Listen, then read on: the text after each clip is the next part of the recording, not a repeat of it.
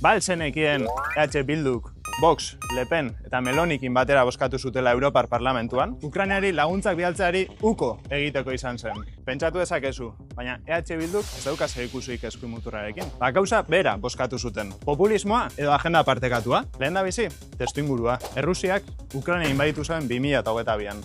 Geroztik, 12.000 zibil baino gehiago dira bertan. Eta Nazio Batuen erakunderen arabera, 10,5 milioi pertsonek beraien etxeak utzi behar izan dituzte. Hau, ez da potentzien arteko gatazka bat, hau inbasio bada. Eta horren aurrean, Europar Parlamentuan eskatu zen Ukrainari laguntzak bidaltzea. EH Bilduk zer bozkatu zen? Ezetz.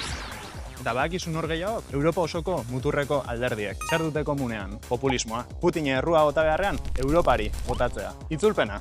Errua ez da Errusiarena. Errua Bildurentzat Europa da.